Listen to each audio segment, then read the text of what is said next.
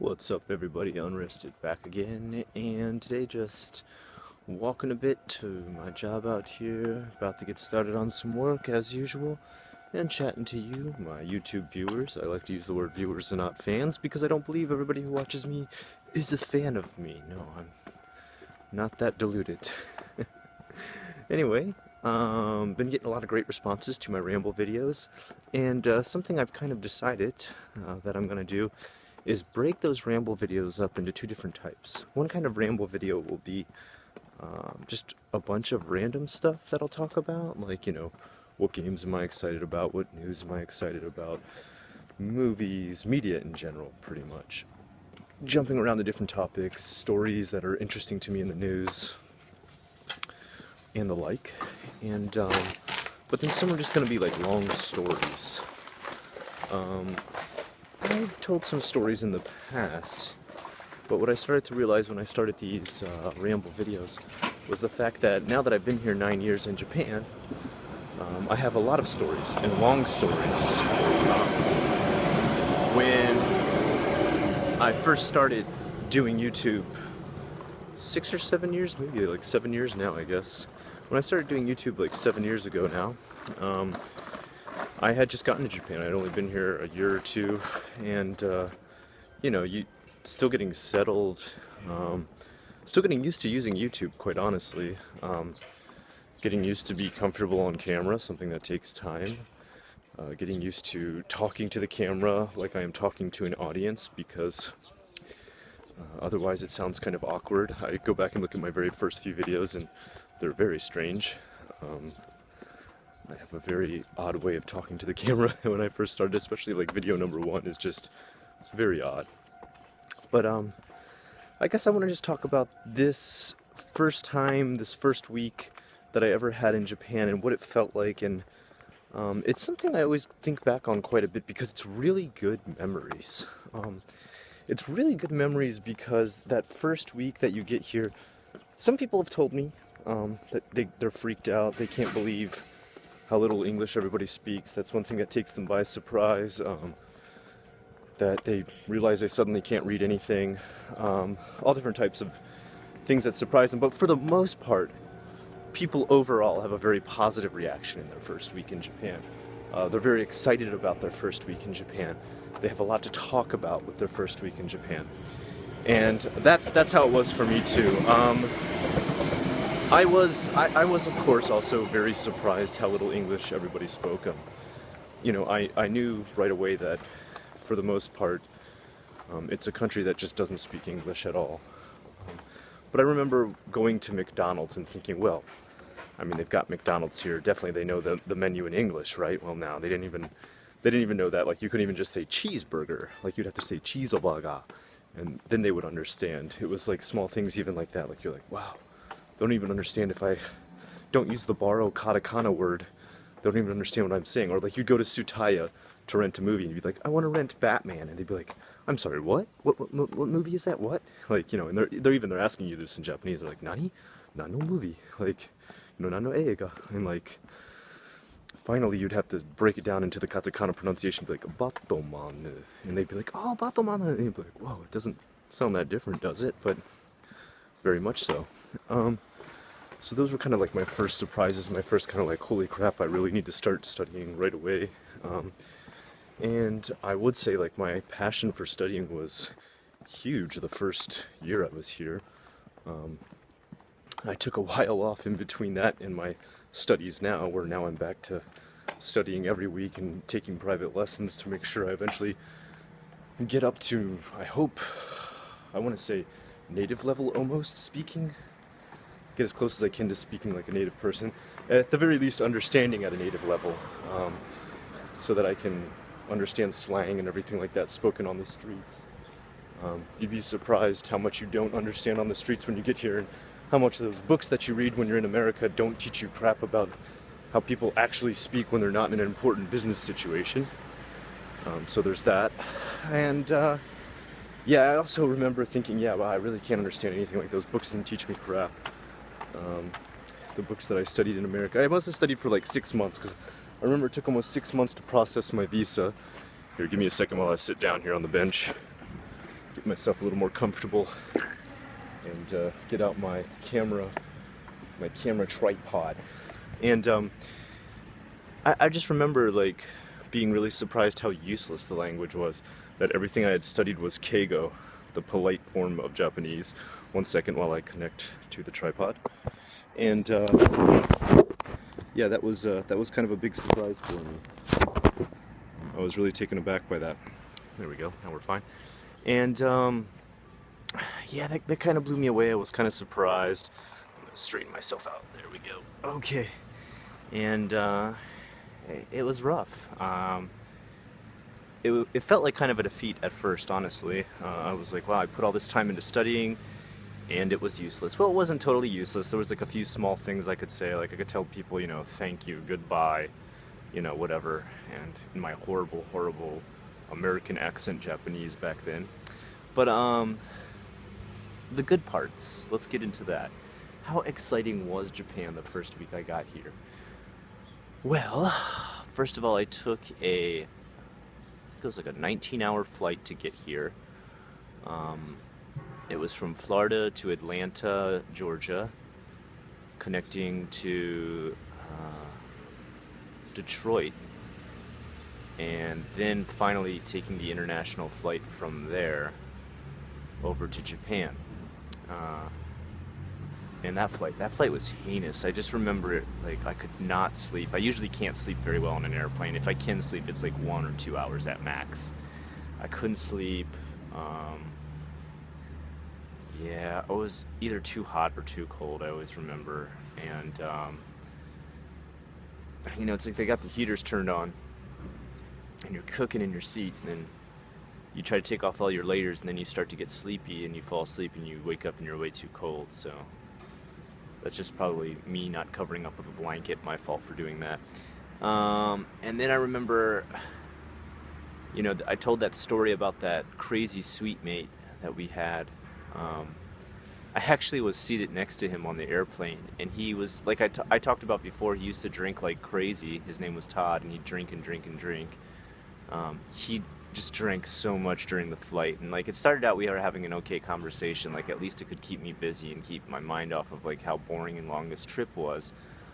But like very quickly it just turned into him like, you know, not making any sense because he was so wasted. And I'm not drinking on the flight. I'm not gonna get wasted right before I show up to Japan for the first day or start my job for the first day. So I'm not drinking at all on the flight. Not that I'm opposed to drinking on a flight, but yeah, like I said, I got like, you know, I'm getting ready for my brand new job and my brand new life in a new country. I want to be pretty sober for that. So we get off the plane. We're picked up by this guy from Nova, staff from Nova, and I remember, like, right away, he started to brag about how he practiced kickboxing in Japan. Like, he started telling us like all this stuff about his kickboxing practice, which, I mean, he looked like a really well-built guy, and like he looked like he could seriously kick some ass. I remember he was like shorter than me, but he was just really built and stocky. But I remember thinking like, who asked this guy about kickboxing? Like, did anybody ask him as soon as we got off the plane?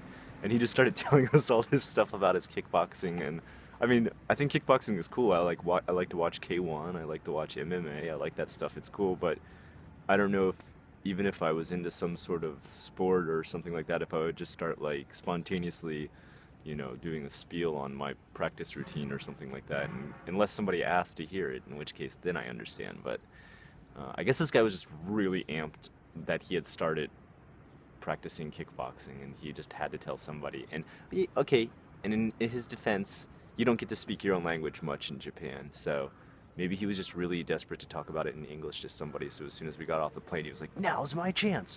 So he led us over to this bus, and we were supposed to check in our luggage. And I remember I brought only one thing of luggage. I wanted to travel as light as possible. And he was like, "Okay, check in your luggage over here, and it'll be brought to your apartment in 2 to 3 days." And I was just like, "Hey, can I just carry my luggage since I only brought one case?" And I remember he was like, "Oh, okay, I guess." And I was really glad I did that, because some people's luggage didn't make it there for like a long time, or like luggage got lost on the way. And I knew something like that might happen.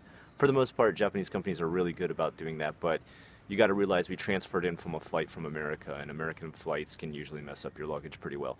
So that being said, I jumped on this bus that rode us from KIX Airport to our apartments, which, when I think about it now, I'm not really sure why they chose to get us to use the bus, because taking the bus to KIX out to Namba, where we were all situated, is way, way, way longer of a ride than taking the subway. So you can take KIX and get on what's called the Haruka train, which is a rapid express. It's not very expensive. It's like 1,000 yen or something like that. And you take it to Namba area, and it might take you like 45 minutes max. And uh,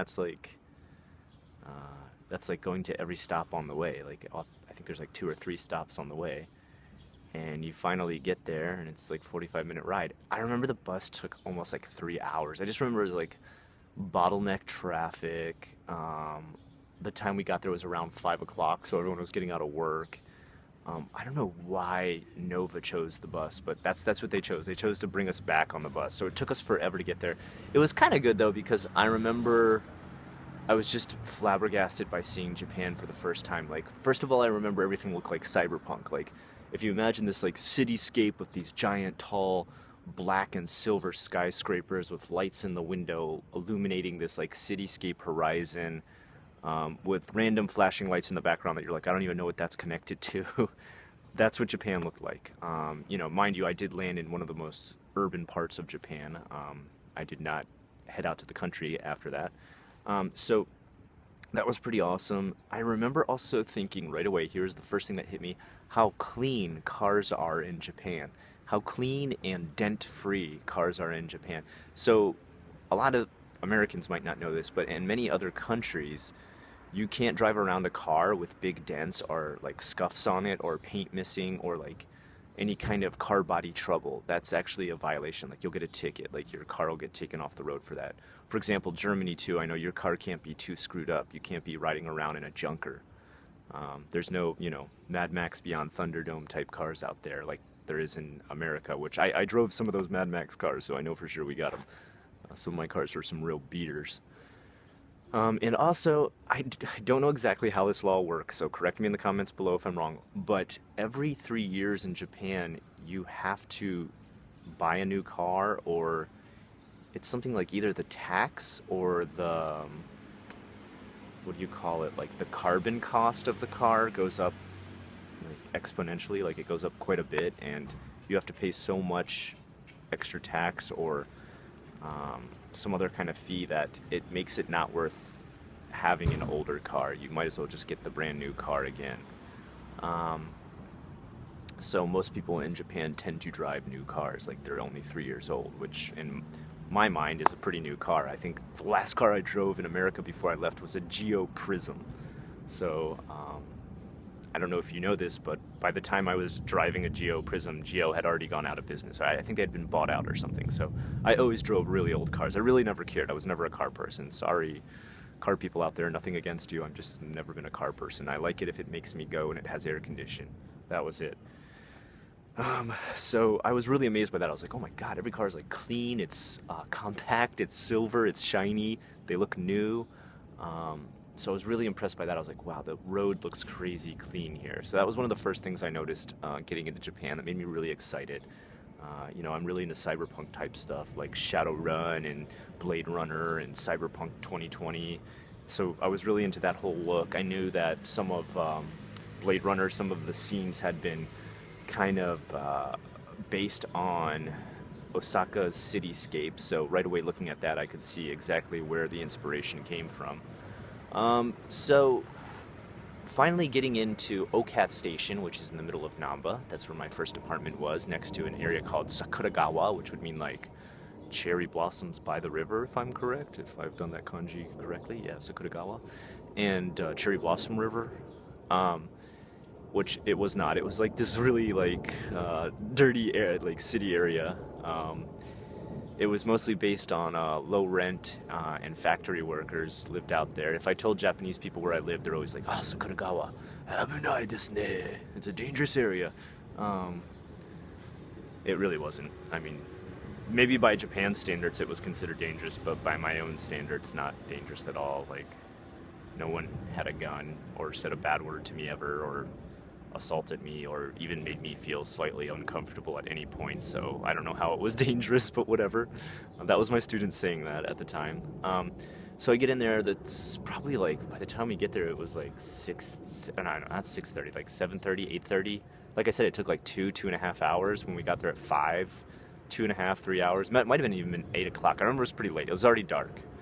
When we get off, and this guy's still talking about kickboxing. I remember that. And he's like doing like as we're walking, and he's like showing us our way to our apartments. He's like doing like moves halfway, and I'm just like, what is, this guy is funny as hell. Like he's like, and then I do this kind of kick, like what? I'm just like, all right, cool, cool. So we continue on, and we get to our apartments. We're up on the 19th floor, which I'm like, wow, holy hell, we're up really high. In America, I think like my tallest apartment ever had been like 3 stories high. So 19th floor, I could see a pretty good view of the city, and I was just like, oh my god. I could see the Dotonbori River, which has like this big Abisu statue type Ferris wheel connected to the Don Quixote. And now I need to describe all the stuff I just said because it's really esoteric to Japan. So Abisu is like that god who kind of looks like a fat Buddha, but he has like a beard. He's got like big earlobes. He always has like some coins and stuff around him. He's the god of business. And he's always associated like with money or doing well in business. And he's got a giant Ferris wheel connected to Don Quixote, which is like I guess you would say it's Japan's equivalent to Walmart, but maybe better working conditions. I don't know. So I could see all that. I could see the Dotonbori River. That's pretty well known. If you don't know where I'm talking about with the Dotonbori River, if you've ever seen, look up pictures of Osaka, say like downtown Osaka or Osaka City area, and right away you'll see like this picture of this guy running with his hands up. He's called Glico Man. All these lights and neon and everything are around that area. That's the area I'm talking about. Now I think there's like a giant H&M there. There's usually a giant Tsutaya with a massive, massive billboard out there that's like, I mean, it must be as tall as like a 7 or 8 story building. And just a lot of city and light type stuff. And I was literally like a 5-minute walk, 10-minute walk at most from all of that. So, and I'm talking like if I walked as slow as I possibly could, I'd be there in 5 to 10 minutes. So me and the other people who had just shown up were just amped. I mean, you know, you can't get dropped off in a city like that at nighttime and be like, okay, let's go to sleep.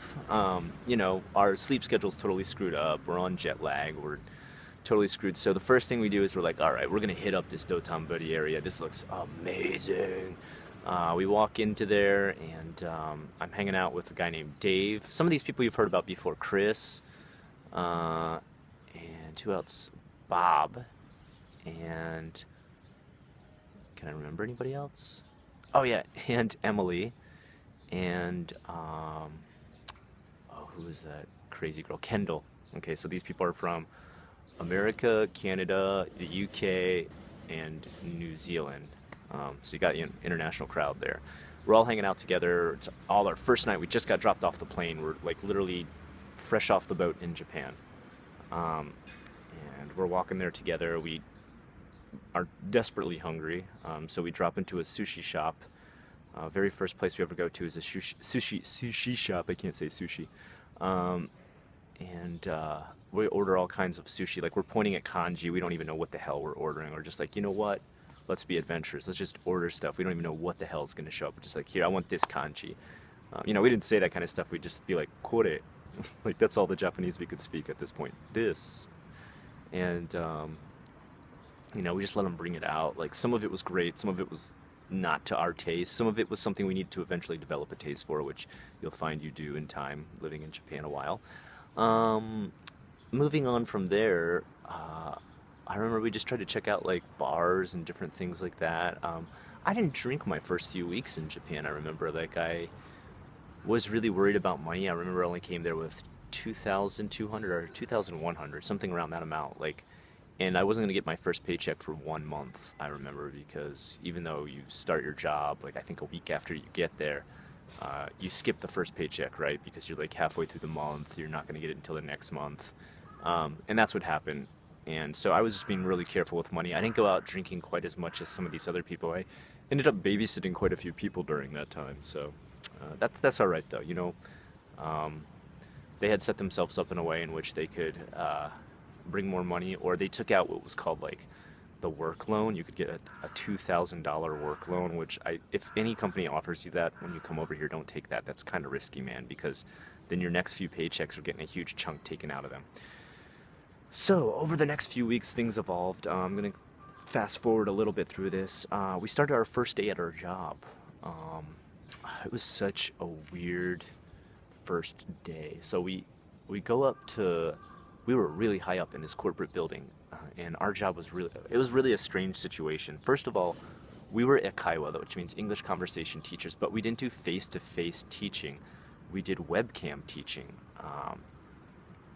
That was the reason I had chosen that, was because if you chose to do the webcam teaching, then you would have assured placement in Osaka, and I knew I wanted to be in a big city. I couldn't get assured placement in Tokyo. I didn't really care too much about Tokyo. I had researched Osaka more.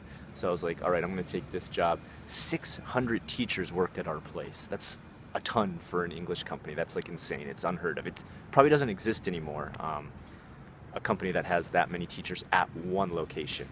I'm not saying no company has 600 English teachers. I'm sure some do, but at one location is very rare. So we're in this corporate building connected to OCAT. We're on the 36th floor, outlooking the whole entire city.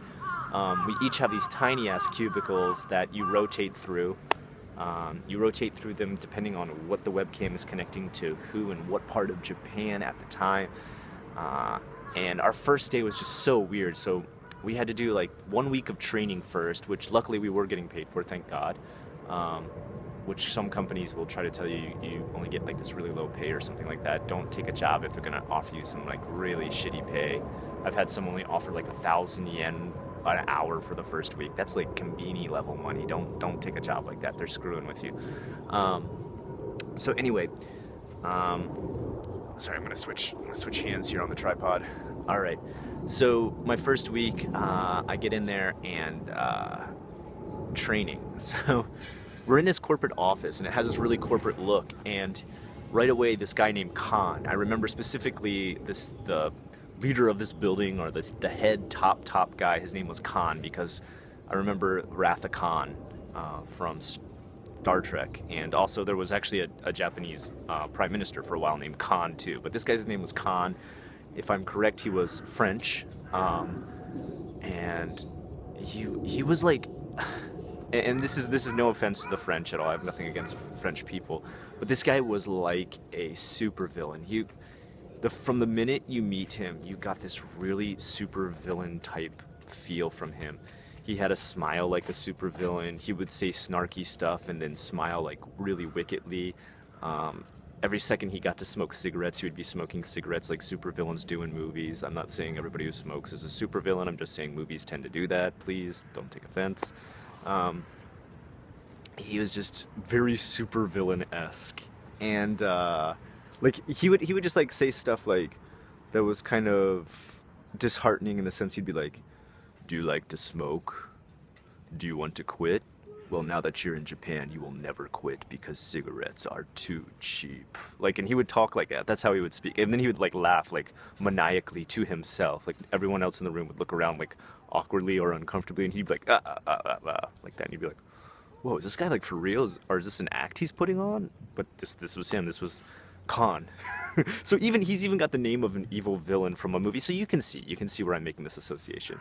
And Nova was a pretty evil corporation. I don't know if you know, but they went bankrupt. They left hundreds and hundreds, I think even thousands of teachers unpaid.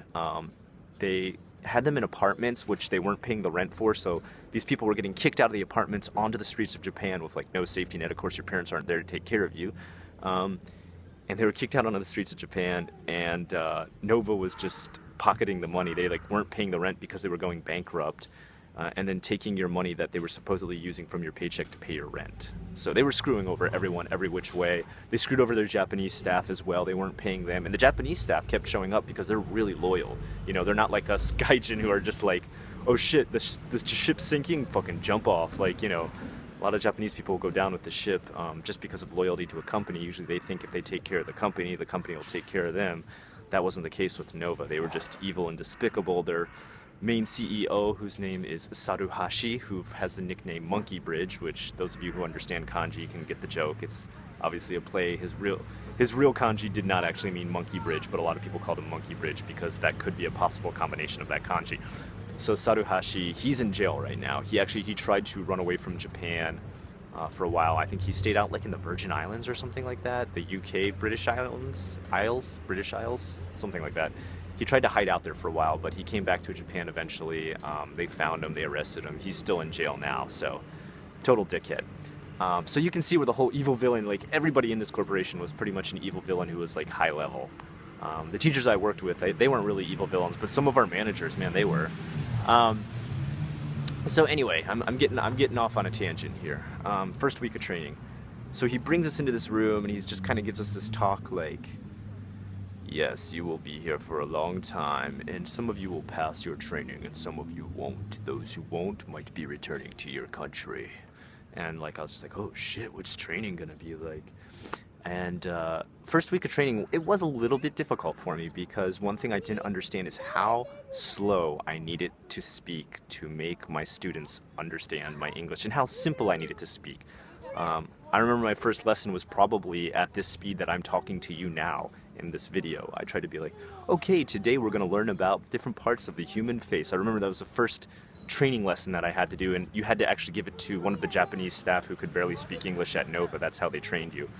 And I was like, all right up here is called the eyes, and right here is the nose, this is the mouth. And my students just like, あれ? もう一回お願いします。それは聞こえへん。And like, I'm just like, I don't understand any of this Japanese, so I have no idea what she's saying. I'm just like, sorry, eyes, nose, which one? And like, so my first lesson, I mean, this is like my first lesson ever. And my first ever English lesson. Like, I had been a teacher before. I'd been an art teacher in English to students who spoke English. So I was teaching something I knew very well. I had gone to school for. I had been in a teacher situation, but this is my first time teaching something I had never taught before to a person who didn't speak my same language. So it was a very, very new situation to me. I was not ready. So eventually I started to learn that you need to be like, hello, my name is Scott. Today, we are going to learn about the face. Like, that's how slow you had to go for like the very, very low level students. And that's what I had to eventually do. My first lesson went really horribly. And I mean, it was like my first lesson. Like, literally I had been there like an hour and they just dropped me into a cubicle and were like, all right, teach this staff how to, you know, learn about the human face. And I remember instantly after that, my training manager was like, I don't know if you're gonna pass. Doesn't look like you're gonna pass. You might drop out of training. And I was just like, shit. Like, from that, I went home that day and I was just like disheartened. I was just like, I'm going home. I'm not gonna make it at this job. I'm not gonna get my first paycheck, and I'm gonna have to try and somehow make my way back home, use my money that I saved up to buy my ticket home. I was feeling like shit, man. This guy totally like took the wind out of my sails, and I was just like, shit, all right, well, I don't know what I'm gonna do. And then I went to the next day, and training went so-so and a little bit better. And then the third day, I got to do what was called like a sit-in. So I got to watch a teacher who had been there for a while, and she was really good. And so what I had to do was watch her teach, and then after that she was going to watch me teach, and then she was going to grade me and let my manager know how well I was doing if she thought I could continue on. And so what I did is I just watched this teacher teach. I memorized the way she did a lesson. Like, I sat there and intensely memorized everything she did. Got my lesson next, had my lesson next, and I followed verbatim the way she had taught her lesson. I was just like, well, if she's doing it right, I'm just gonna copy what she did. I copied it, and she's like, wow, you are really good. You just did that perfect. Have you been here a while already? You sure? Did you transfer from another school and just have to train here? And I was like, no, this is like my third lesson. Like, you know, it's just my third day. She's like, well, you did amazing. I'm giving you, you know, A+ in everything. And I got back to my manager, he's like, oh, I guess you've gotten better. And so I went home that night and I was like, it looks like I get to stay on training. I told my roommate Hasib, and And he was like, why? Did you ever think you're gonna get kicked off of training? I mean, you seem like you're okay. And I was like, well, you know, the first day, man, my trainer, and he's like, oh, I had that same trainer. He's a fucking dickhead. He tells everyone they're gonna be dropped off of training. What the fuck, man? Like, I couldn't believe it. Like, this guy was that big of a dickhead that he just tried to dishearten everybody. I guess later I found out that Nova had this kind of plan where the way that they would raise their teachers up so that they could bring them through the ranks. And I learned this from higher level management, a friend who got into higher level management because he had been with the company a long time before I ever got to Japan. He said he was actually told, talk down to your employees, like try to like break your employees so that they feel like they have something to build up to, even if they're fucking great at what they do. Tell them they're shit so that number one, you have a reason not to give them a raise, and number two, they have something to work up towards even if they're great. If you're constantly breaking them down, they'll be constantly trying to improve, which is a horrible idea. Like, I can understand breaking people down to reform them as a military, like that works well for the military. This is English lessons, this is not the military, okay? There's certain times where that is a good scheme, it does work well, but this is not one of those times. That just disheartened me. That made me like be like, fuck, I want to give up. So be careful of that if you come to Japan. That might be another situation with another Akaiwa. Not that I know of right now, but if I ever do hear about another Akaiwa using that practice, I'll definitely let you know. So I got through that third day, and we're reaching the end of the week.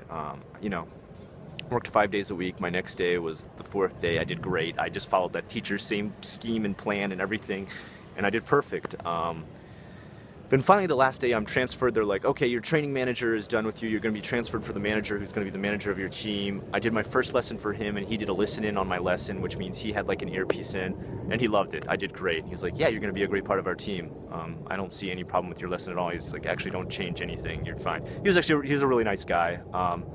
He was one of those kind of guys that did like the nice, bad, nice sandwich where he'd tell you, be like, first of all, great job. Here's a few things you can improve, but overall, great job. You know, like he would just correct you in the most minimal way possible to make sure you're in check and stuff like that. And of course, there's always things you can tweak out to make better.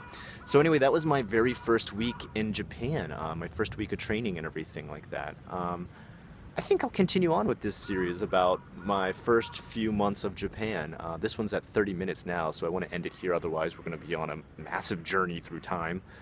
Tell me what you thought about this today. Would you like me to continue with this series of rambles? I enjoyed going through it. I enjoyed recalling all these memories. It's very Natsukashi, which means to wax nostalgic. Let me know how you feel about that. If you did, I'll continue on. Until next time I'm unrested, this was my ramble for the day, and please like, comment, and subscribe. It's not turning off.